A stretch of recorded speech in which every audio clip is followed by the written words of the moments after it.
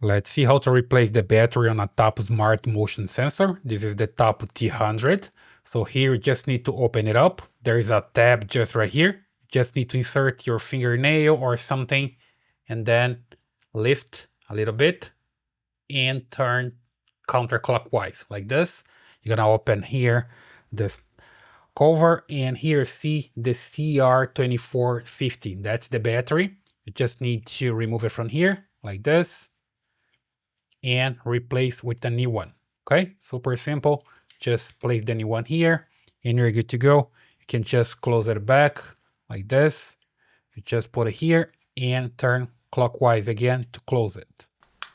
Just like so, and you're good to go. The battery is replaced. Then you can just come here to your Tapo app and check if everything is working. Okay, so here I have the Tapo T100 and I see that's working and it's detecting motion, as you can see here, by the time. I hope that helps. Leave your comments, subscribe, and I see you in the next one.